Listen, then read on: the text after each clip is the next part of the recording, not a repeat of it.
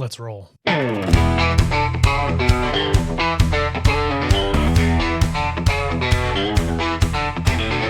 Hello and welcome to the Must Read Alaska Show. Here you get relevant and timely content you won't find anywhere else. You can learn more by going to mustreadalaska.com, and this show can be found on YouTube, Facebook, X, and your favorite podcast site. Let's talk truth about politics, the economy, and all things Alaska. Now, the host of the show, former state legislator, combat veteran, small business owner, and all-around great guy, Ben Carpenter. Welcome to the Must Read Alaska Show, friends. I'm Ben Carpenter, your host and guide on a journey of discovery of truth and independent-minded thinking. Must Read Alaska exists because discovering the truth is hard. It calls upon us to be relentless in defense of common sense, our faith in God, and the exceptional values enshrined in our Constitution. Freedom is not free. It is not for the timid. It was not secured by the weak of heart or mind. Maintaining freedom requires every one of us to be alert to daily encroachments on our liberties and on the grand deceptions of those seeking power and control over others. Every generation must pledge their lives, their fortunes, and their sacred honor, and we must never take our freedom for granted. We are not anti-government. We are pro-government, of the people, by the people, and for the people. And today we have a special guest with us. Adam Hendrix is an Anchorage native and a professional poker player.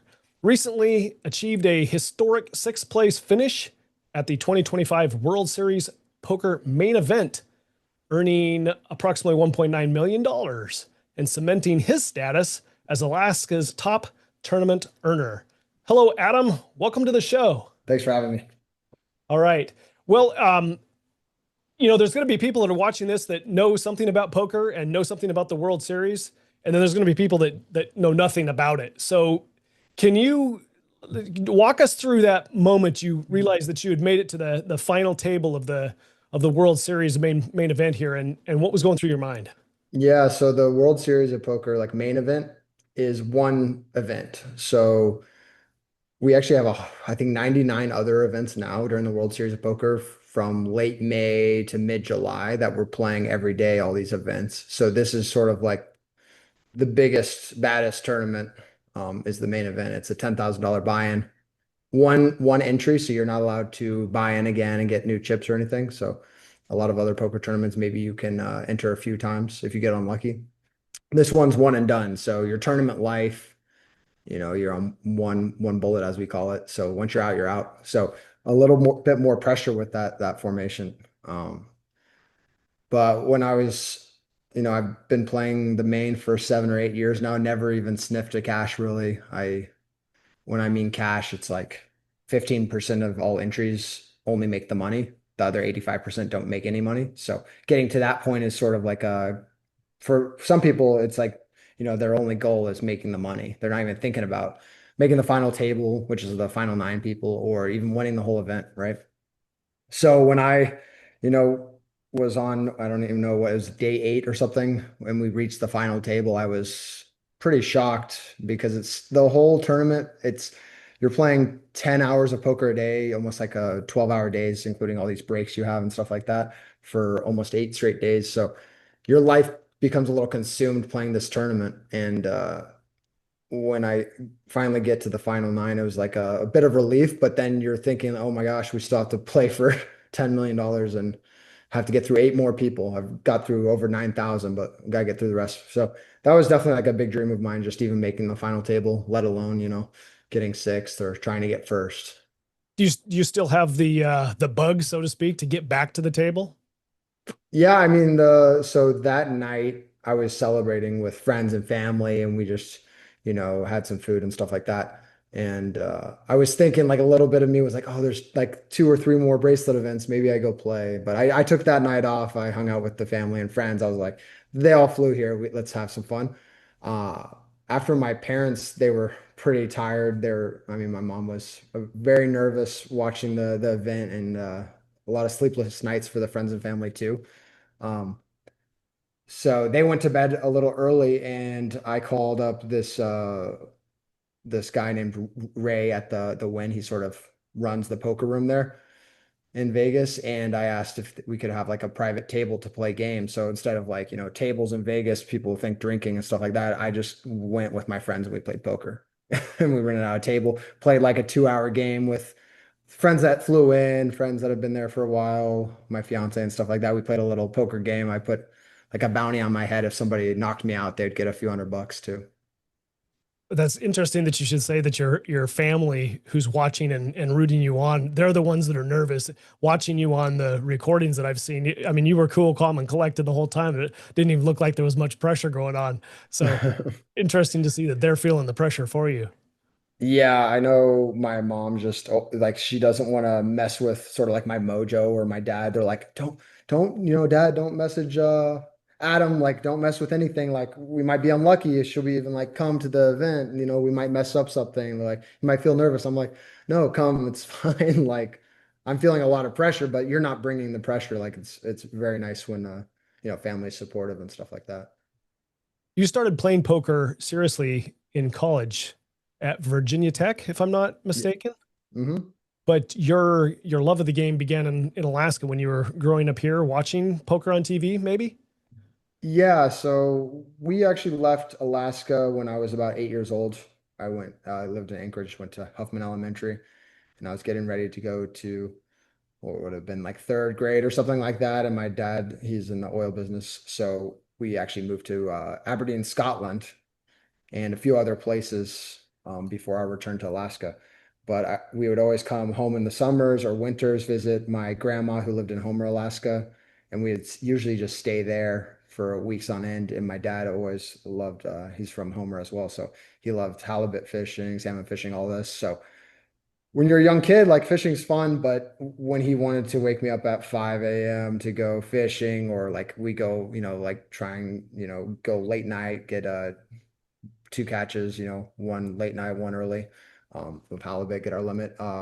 You know, after a while, little kids sort of burnt out. So some of the days I'd be like, Dad, can't wake up at 5 a.m., go fishing with you. I'm just gonna hang out and watch, TV or whatever else. And ESPN popped up with this game called Poker, the WSOP main event, the same event that I got sixth in, showed up on TV. And back then, ESPN covered it, and they had all these stories of these players. And back in the older days of poker, it was not really about like the skill of the game. It was more the characters in the game and the stories. So I found that pretty captivating. I would play video games on my like PlayStation back in the day of these like this poker game and stuff like that. And didn't really play too much poker, just some with my grandma's brothers and sisters. I'd play like I think for like pennies or something. We play this game called like seven card no peaky, which I don't know. It's probably the same level as like Go Fish, right? Speaking of characters, did I see somewhere something about Elvis creep into this? Uh, Yeah. So in poker, we sometimes have these like prop bets. So like bets that you maybe say like, okay, if me or you, whoever lasts longer in this game. So if I get first place, you get fifth, you lose a bet to me. And usually you don't really bet money on it. So we do like these sort of funny things, like you dress up as a character or whatever else. And for this, I lost a previous tournament. And I bet a guy that one of us would dress as Elvis. Um, and I lost, unfortunately. So for the World Series poker main event, day one, really prestigious tournament, trying to be really serious. I had to go rent a Elvis costume nearby at some costume store. The guy was really nice, helped me. Like he's like, "Oh, here's a wig. This is the color. You can't wear white if we're at the poker table because maybe somebody spills something on it." And yeah, it was a big process getting that rental costume. I think it was like $160, but like if I messed up, there was like a insurance policy, like $950 I had to pay if I like ruined it. So a little scary. that's that's unfortunate, but I guess you lose some credibility if you show up and don't make good on that bet, I guess, huh?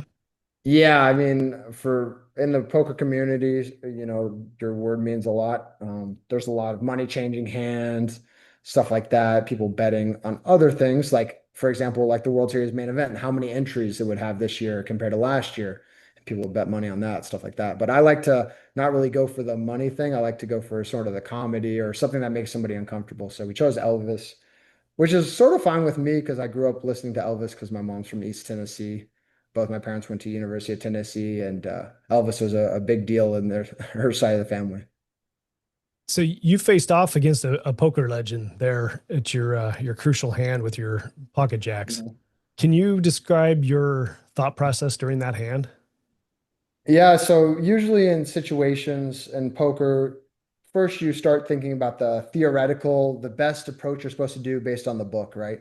So in chess, for example, like you're making a move that's, supposed to be the best move, but maybe your opponent plays a different way than what the book says. So Michael Mizrachi is definitely one of those guys that doesn't play by the book. So we have to change our playing style based on him. So pocket jacks versus him when he raises as like the first in guy that the first aggressor from the first seat has to get through everybody else at the table, so five other people, so he has to be sort of cognizant and like tighter than the rest of the table just because he has to raise and get through five other people, if that makes sense.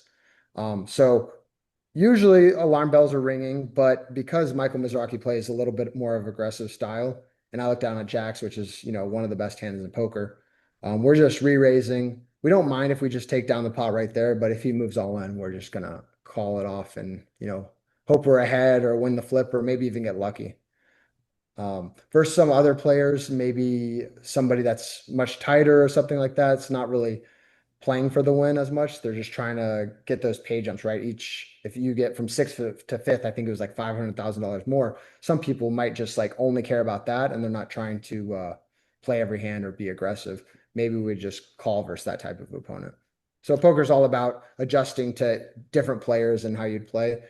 First, you start like fundamentally how you play the hand, and then you take that and you're like, okay, is this guy too loose or is he a bit tighter, and how does that affect how I should play the hand? It's really interesting to hear you talk about this. I'm not a professional poker player. I, I Yeah. I can sit at a table and I understand what's going on, but I'm not any good at it. But I do recognize that success at anything requires work. And you've been ranked as high as number 2 on the global poker index, if my my information is correct, and are currently number 33. Is that accurate? Yeah, I mean, the global index, I think, updates every few weeks. So I was number one a few years ago for like a few months and stuff like that. The very end of the year, my good friend in poker, Steven Song, caught up to me. But, uh, these rankings are interesting because it's not as clear as like winning the Super Bowl and stuff like that. They do it based on tournament results and stuff, other things. So, maybe somebody gets very lucky because in poker, there's a lot of skill, but still luck. Our ranking system's not as like, Tom Brady might be the best player, but like in poker, a lot of different opinions compared to other sports. Tom Brady does a lot of work, or he did a lot of work to maintain his competitive edge. So what does work look like for a professional poker player? What does that work ethic entail? Yeah, so it's changed a lot over the years before my time even. I know there's it's the godfather of poker, Doyle Brunson wrote a book, Super System, and this guy was, at the time when he started playing poker, he was going to get drafted by the NBA, and he got in this horrific accident in a warehouse that, like, I think it broke his leg or something like that. He picks up poker, becomes one of the best of all time, and he had stories about like back then you didn't know the math of poker, so you'd have like napkins, you'd be writing out the odds or probability by hand. Now, flash forward to my time, we have computers, right?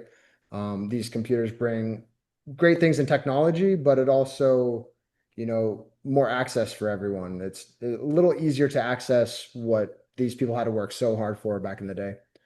So ever since I started playing sort of in 2010, now the studying you do is more away from the table with these computer programs that sort of simulate a game for you, and you look how the computer would play against a computer, and then from there you decipher like what I was saying earlier. If your opponent's too tight, too loose, how are they playing? You would plug in all these variables, and you sort of figure out a good strategy for these guys.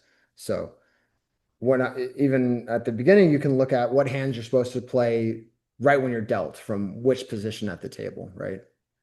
It might just tell you this is a winning play if you open with pocket aces, right? And then if you have 7-2, you should never play this hand, right, from any position.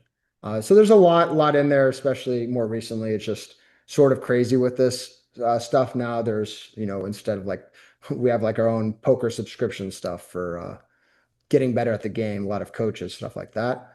Whereas like back maybe early 2000s, it was more just being present at the table. You're talking with your friends, feeding ideas, and it's, back then it's all just guessing and nobody knows who's making the right play, but like some guy ends up with the most money. You're like, that guy's probably the best player.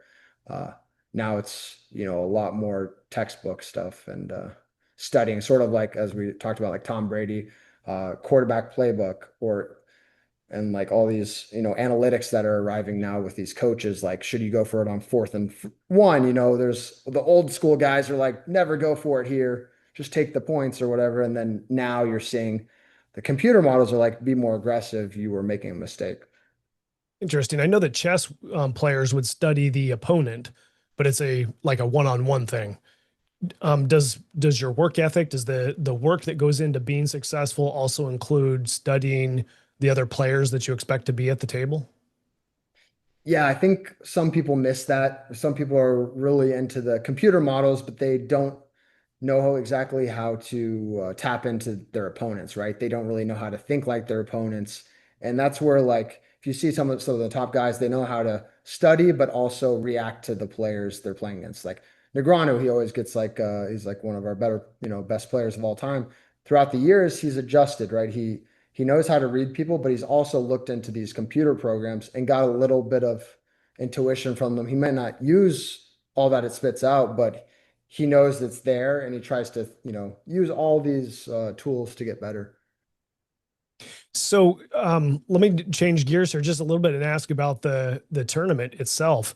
How would you compare the World Series main event tournament to other tournaments that you played in? Yeah, so as I was talking earlier, like the first 7 times I never even made the money in that tournament. So oftentimes I'd be out the first or second day. And the main event is very unique because we have things called levels in the tournament where the ante raises every few hours. So in the main event, it's every 2 hours. Most tournaments is every half hour. So you're playing almost like a 4 times longer tournament rather than the standard tournament. So that's why it lasts sort of 9 days. Uh, it's just very unique. You'll have a lot of people that just show up. It's a $10,000 buy-in. They might play one tournament a year, and they're just like, I want to play this event because I watched it on ESPN or Poker Go or CBS, and it's just their dream to play it. So you get a lot of people that, really care about their tournament life and preserving, so they'll play really tight. Or you'll get some, guys that just are there for fun and they're trying to make headlines by making ridiculous plays. And then, But it sounds yeah, like it's a what you were saying earlier is I don't know, roughly 85% of them are playing for fun if they're not making any money at it. Yeah, it feels like that sometimes, or it's not too fun if you go home empty-handed. But yeah, it's just a very unique tournament. I'm when I watched it on TV, I loved it, and then I actually played it, and I was like, man, this sort of sucks. I keep losing. And then this year, obviously, it all changed, and I got the full experience of every day up to the final table, how much emotion was in it, how the people were playing, all the media, stuff like that. It made it feel very special. Well, I think some people that don't have any knowledge of what a poker tournament would, just from the very beginning of it, if they hear, hey, there's somebody that won $1 million in this pot, and they didn't even win the tournament. They came in, somewhere below first place. Mhm. Um, but does that enable them to continue playing in other tournaments professionally? You said that there was a $10,000 buy-in for this tournament. Is that somewhat representative of other tournaments? The size of the buy-in that you have to commit to even play? No, this is definitely like a higher limit tournament. People would do what we call shot taking. They'll like, they'll have their entertainment fund, or if they're a professional, they sort of get a bunch of money just for this tournament because it's such a great tournament. Whereas usually most people are playing $300 tournaments at a time. $200 at the casino is probably like the average. Uh, Usually I play anywhere from like a $1,000 to $5,000 range for average tournaments. But yeah, 10K is definitely a higher ceiling. But I mean, at some of these casinos, there's as low as $75. we've had tournaments as big as $1 million buy-ins a few times in poker. Wow, that's incredible. Yeah. Well, I guess if you're going to be in the, the top 10 or 15% that actually end up making some money, then getting into the next tournament's a little bit easier. Yeah, it feels a little easier. Money What I correctly. always tell people is like poker's sort of a volume game. There's like X amount of luck, and then there's more skill, right? And if you're the best player, you override luck over time. So if you play a poker tournament a million times and you're a good player, you should come out way ahead, right? So these people that just play this one-off 10K tournament, they have such a small sample size, they, might get really lucky, or usually they might get unlucky. But if you keep your head down and keep playing, and you're a good player, you'll eventually, do pretty well. We had just talked briefly about and used Tom Brady as an example. And you mentioned feeling exhausted after 9 days of intense playing. What do you do to manage your mental and physical stamina to maintain playing at such a high level? How do you manage that? Yeah. So before the table, I mean, I try and go outside and just like shoot some basketball for a few minutes, get in the sun. I do like some stretching or whatever. Uh, Besides that, I just try and find somewhere good to sleep. Like my poor fiance, after like day 6, I'm like, I need a hotel room just to myself so I can just sleep in and focus, because I was waking up. It's a lot of anxiety, and you're all like, you finish the day at like midnight or 1 a.m. and you're really excited, but you have to go to sleep and play again at 11 or 12, right? So uh, I was like, I'm gonna get a hotel room. Can you help me out? So she got me a place she works, the Win, and I just like hung out there by myself. And she understood it. You just need your rest. My dad says, rest is a weapon. So I've always made sure, try and turn off social media or text from friends that are supporting. It's really good, but you can reply to that forever. During the actual days of like play, um, I'll listen to a little music while I'm playing, just, because like in poker, you're not playing every hand. You're playing, 20% of hands. So 1 in 5 hands you're actually playing. The rest, these hands take multiple minutes, especially later on in the tournament when big money's at play. Some hands can last 5, 6 minutes. I like to stand up, stretch, try and think about anything but poker sometimes, and then also pay attention to the other players at the table. And then we have dinner breaks 6 hours in, and a lot of people make mistakes, maybe having like wine or a drink to take off the edge, or like a big steak, and they come back from the table and they have like 4 or 5 more hours of play, and they're a little lethargic. They don't really care if they win the pot, and I try and eat pretty small. Yeah, the blood is in the stomach instead of the brain, and I imagine decisions Yeah. follow. Yeah, I've had situations where I had like some mashed potatoes and steak on dinner. I come back, I'm like, do I really even want to like play these hands? I need, get a little passive, maybe not take risks as much as you would, because your belly's full, you're happy, right? So you'd mentioned that you don't play every hand. If you're still at the table and not taking a break somewhere away, what else what else goes into the game when you're not playing a hand that keeps you at the table and keeps you engaged in the game? What else is there?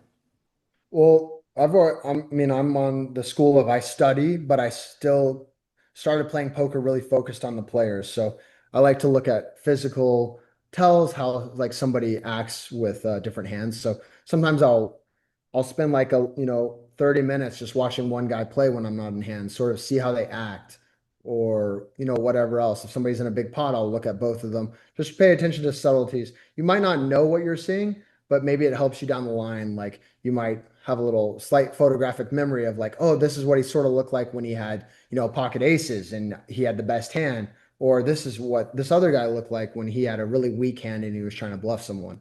So I'm always looking for something. Mainly I look at if they're talking during a hand, or if they're not. If they're always quiet, then you can rule that out, right? Some people might exude confidence and strike up a conversation when they're actually like have a bad hand. And poker generally, like what I see is maybe somebody has a slight smile in a hand. They're trying to exude confidence, but they actually might have a weak hand. So you're trying to confirm these things by watching multiple hands, see if they do it, twice with a bad hand, and you're like, okay, maybe I have a good read here. And I don't 100% go with the read, but like if I'm in a close decision between calling or folding, and I saw this thing, I'm like, okay, maybe let's add to 10% more one way now. Like, oh, I think because he did this, maybe he's a little weaker. Okay, let's call this time, right? So I'm always trying to pay attention. It does get a little, tiring doing that for 9 days, but I mean, at the end of the day, we're playing for a lot of money. I can look at somebody for as long as I want, and people are doing much tougher things for that money. So, My military service tells me that stress does things to people in unpredictable ways. And mm. even people that you're serving with in small units sometimes will react unexpectedly given a stressful situation. Um, how much are you able to discern when stress goes up or goes down for other people? And how does that impact the way you play at all? Yeah, so there's probably a few things. When we're reaching like these final tables, so you're down to 9 people of 1,000. Some people might already be so happy that they're there, they don't care too much about the tournament anymore. They're like, oh, we got a lot of money. They might play a different style. Some people, they might lock up under the pressure and they might just not play any more hands, right? Uh, Besides that, like more physically, you can tell in these bigger pots worth tons of money, especially in the main event. Like when you're playing for 10 million for first and there's only 10 people left, each pot's worth, you know, 300,000, 400,000, $500,000 in like equity, right? These chips are sort of worth some sort of amount of money. So people do definitely change, or they might not even know it. What we look at is like, I like to look at timing. So if somebody takes like a really like they're raising pre-flop and they do it right away compared to All right, as life is we're fighting through some technical difficulties today, but I appreciate you sticking with us and coming back here, Adam. So 2025 has been a stellar year for you, I think. And I know that you've you've got an impending wedding coming up. Mhm. What's next for you personally and professionally? I mean, yeah, we have the wedding coming up. Just we bought a house last year, just trying to get everything, sorted out. Eventually have kids is the goal. Um, Her family lives here in Vegas, so it's nice having, some family support with all that. Professionally, I mean, I'll just keep playing. It's sort of funny when you get like a nice win and stuff like that. It motivates you a little more, right? To go out there and play poker or anything else, right? If you're succeeding in something, you want to play it like all day or do that every day. But poker definitely has its ups and downs. A few months ago, I went to Korea, played these really big buy-in tournaments, and I got absolutely wrecked. So, after that, I wasn't feeling great about poker, maybe took off a few too many days and just focused on, family and life, stuff like that, which is fine. But when the iron is hot, you got to strike. So I'm definitely getting ready to go play in after I visit Alaska in a few days. I'm going to go to Florida, go to Cherokee, North Carolina to play some tournaments, maybe even Barcelona, and just do my usual thing. You know, the way me and my friends approach poker is just it's a long-term game. There's a lot of people that have had, you know, they've won a lot of money, but years later they're broke because, they take play too big of buy-ins of these like poker tournaments. I was talking about there's up to $1 million buy-ins in tournaments. Some of these guys, they win in like $1,000 tournament. They win this tournament. They think they're, the best poker player in the world. And they go and play these really high stakes tournaments with much tougher competition. They don't realize, the competition has changed. Maybe, your ego is a little inflamed and you're not as good as possibly, whatever. So when I look at these like higher stakes tournaments, I try and, see who's playing these.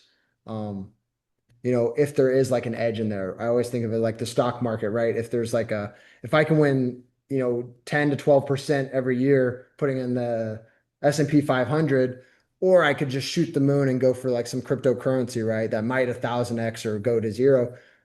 For me, I like just going for that 12%, right? I have a comfortable like nest egg with like money and don't really need to go crazy. We always like, in poker, maybe when you're younger and you don't have as many responsibilities with family, you can, shoot for the moon a little bit. But, you know, right now I'm not going to change anything how I play with poker, but definitely enjoying it a little bit more because of a good result. But even leading up to that, I was having fun playing poker every day during the World Series. that sparks an interesting thought in my head as you're looking at what's next professionally for you, and it involves poker because that's what you're kind of being successful at now. The things that you're learning about life and yourself and the world and the opportunities that you see, in life. What else sparks, curiosity in your mind as to how to take the talent that you have developed within the poker sphere and apply that outside of poker? What is there anything that piques your curiosity at this point as to what other thing professionally might be a good fit for the person that you become? Mm. Yeah, I mean, I've always really been into clothing and stuff like that. So I started doing some like sewing recently and stuff like that, which Okay. like down the line, I want to do like my own clothing brand. It doesn't really translate to poker, but maybe it's a more relaxing thing where I'm not in a high stress situation. So, you always think of like the grandma knitting at, in her like rocking chair. It sounds sort of nice sometimes, like you don't always need to be on in these like competitive worlds, right? You can like relax and do sort of a little different thing. So maybe something like that, but it might interweave with poker. It might do like, hoodies that poker players wear, backpacks, stuff like that.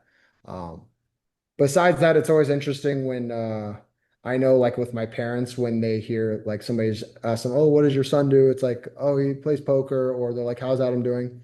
They always like ask it's a funny question to us because they're always like, "Oh, what's like next? Like what's he gonna do after poker? Or, like in the next 2 years? Like, is he gonna keep doing this?" They always think of it as like maybe like a sport where you're only gonna play till you're 35 and you're done. Or they, a lot of people don't understand poker because they relate it too much to blackjack or stuff like that, where the house is winning long term, whereas like poker, if you're a good player, you'll win over time. Yeah, I So, would imagine older poker, what's the that? perception could be, when is he going to grow up and move out of this phase? I'm sure that's Yeah, yeah, yeah. They think it's like some sort of, fad, right? But a lot of people, I mean, they just don't understand the game, which is fine. It's not very, I mean, it's popular in certain groups, but hard to explain, hard to learn. So I get where people are coming from. I like to sort of educate how it's like, you sit down at every other game in the casino and the house is going to win. But poker, you're playing not versus the house, but you're playing against the other people that have come to play this poker game. yeah. Well, the whole concept of being in a stressful, anxiety filled environment and operating very well and making that part of your mission in life is being good at it, being good at operating in that level, and then thinking of something else that's on the outside of that you want to maybe be successful at, like sewing. I mean, I came out of the Yeah. military environment for decades and Right. and planted flowers and became a flower farmer. Like Yeah, you probably just need like a little release, a little totally different, and less like see peaceful something. or more peaceful. Yeah. Yeah. Try things out. You're like, well, I've never tried this. Let's see how I like it, right? Yeah, exactly. Well, that's good. You know what? If there were individuals that kind of have the bug like you have, and they're just getting started, what kind of advice would you give to the person who's just starting out in this? Yeah, I mean, poker's a very fun, unique game. It's a cool hobby to have.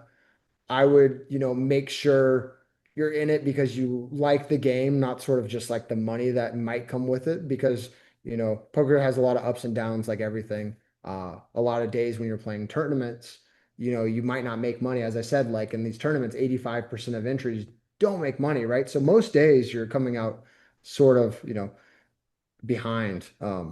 So it's really important to like just enjoy the game and, you know, you want to play it because you like, either like what I always say is like it's pretty cool every day at the poker table. I sit down with 8 other people that most of the time I've never met and I get to conversate with them, talk with them, learn a little bit about them. It's very hard to find that anywhere else, like as a male or anybody. Um, Anywhere else in the world, right? It's like unless you go to a bar, maybe you'll meet somebody, but like this is sort of like natural. You're playing a game with some other people and you get to learn a little bit about them. You may not like them or you might, find a good friend out of it. But if you're trying to like actually get into poker, you definitely need to don't just like if you hit a tournament or you win a big game, like you won like a few $1,000 and think you're the guy, like you're probably not. Just like humble yourself, take it slow, and don't just jump ship and be like, I'm gonna be a professional player. for me, I worked 2 years as a software engineer outside of college and played poker on the side, just trying to get that, my money to play this game because it's a weird profession where I can't really think of too many other ones where every day you show up to work and you like take out your money and it's almost like you're investing in yourself by playing these tournaments. So I guess like a startup or something like that. Most jobs you show up, they pay you. For me, I have to like pay to play and hopefully they pay me at the end. That's So interesting because if you use sports as an analogy, you've got professional sports athletes that pick up sponsorships and that type of thing. Is that part of the poker professional circuit or profession here is sponsorships from other companies? yeah, we used to have this phase where Chris Moneymaker won the main event, the same event that I got sixth in back in, I think it was 2002. And during this time, they had online poker, and we have these tournaments called satellites where you could get into the $10,000 buy-in by playing a $100 tournament. You win that $100 tournament, you get a seat to the main event. And so that's sort of what happened to him. And I brought sort of like a Cinderella story. This non-professional got into the main for $100 and then won it for I think $2 million, right? So back then, online poker was booming because the Department of Justice hadn't shut it down. It was all over the U.S., sort of unregulated, whatever. Some stuff maybe needed to be fixed, but it was booming. A lot of people playing. All these poker sites were getting sponsored pros. Big names like Negreanu, Ivy were getting paid tons of money. In 2010, that all shut down. Department of Justice said, "Hey, we're not getting our tax money. Let's, you guys got to show us the money. We want to regulate it." Unfortunately, it took years for any poker site to come back in the US. So there's not as much sponsorship money. A little bit's coming back, but it's more in the realm of content creators or people making videos instead of the actual players. So it's very unique. Like again, we'll talk like NBA, LeBron James, number one player in NBA, he gets all the sponsorships. In poker, the number one poker player doesn't get all the sponsorships. It's more the most popular person that provides the product for those, in videos or whatever else they're doing. Yeah, I was in my mind, I was thinking sponsorship, not just from the online gaming perspective, but I mean, you were talking about a clothing line showing up and you're on camera and you're the most popular personality at the table and you're wearing somebody's logo or something is associated with a particular sponsor and they're paying you to Yeah. demonstrate their product, I guess, or at least their logo or their name. That it doesn't seem that's really part of the. Yeah, yeah, we have some like niche like Blue Shark Optics, which does sunglasses for poker players, stuff like that. But like clothing wise, I mean, I wear this one brand all the time because I love it. It's like Rip and Dip. It's the brand. And I'm like in their ear, I'm like, hey, just send me some stuff. I love your stuff. Like I think it crosses over with poker. Like a lot of these guys, they wear sort of this clothing, but I don't think those brands are really thinking about, they don't really understand how much like traction poker gets with, I don't know, just anybody. I Yeah. don't like there's some sort of, they don't see it yet, which I Yeah, I think mean, I would guess be, you go to a sporting event, you're not going to be surprised to see a Nike swoosh or an Adidas or Under Armour or something like that, right? I mean, mm, those are things that are associated with the sporting world, and you don't. I guess it's just not as popular with in the poker world. yeah, Anyway, maybe they don't see the vision of it, but maybe it'll come around, yeah, hopefully. maybe you're onto something here with your own clothing line. Yeah, maybe I'll just make the brand instead. There you go. That's there's a little bit of risk taking in being an entrepreneur as well, right? For sure, yeah. It's another field where you got to put your money up. So speaking of risk taking and coming back to Alaska, what are your plans when you come back here?